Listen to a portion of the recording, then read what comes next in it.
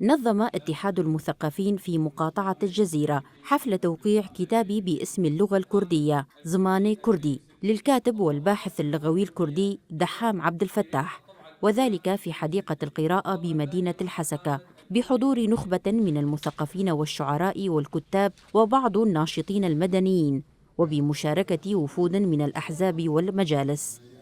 تم إصدار الكتاب سنة 1998 في العاصمة اللبنانية بيروت، ليتم إرساله لسوريا فيما بعد لنشره، إلا أنه تم حجز نسخ الكتاب من قبل الأمن العام التابع للنظام السابق في مدينة قامشلو، وتم منع نشرها. بدأ حفل التوقيع بكلمة من الكاتب دحام عبد الفتاح عن كتابه والصعوبات التي واجهها، وكيف تم حجز كتابه من قبل النظام السابق بسبب سياسة الاستبداد والإنكار، ولأنه كان مكتوبا باللغة الكردية.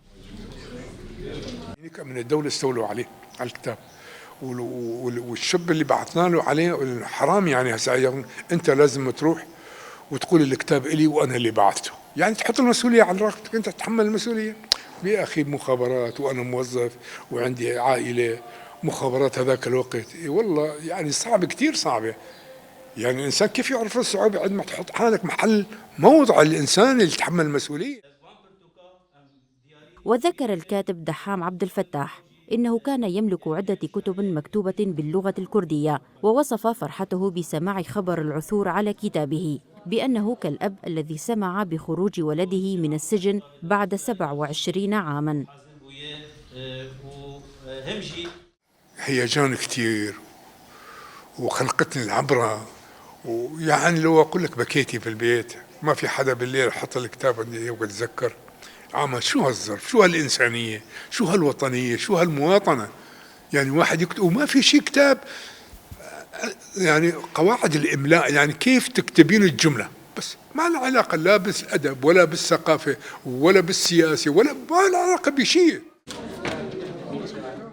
واختتم الحفل بتوقيع نسخ الكتاب من الكاتب وتوزيعه على الحضور، كما تم تقديم درع تكريمي للباحث من قبل اتحاد المثقفين في مقاطعة الجزيرة تقديراً لجهوده في إثراء الأدب الكردي. يذكر أن الكاتب دحام عبد الفتاح ولد في قرية بلة بالقرب من مدينة عامودة عام 1942، ودرس اللغة العربية في جامعة حلب، وعمل كأستاذ للغة العربية لمدة 25 عاماً، وبدأ بكتابة الشعر والمقالات باللغة العربية. وفي عام 1978 قرر التوجه إلى العمل بالثقافة الكردية والكتابة باللغة الكردية، وأصبح أحد أبرز المدافعين عن اللغة الكردية في مختلف المحافل الثقافية.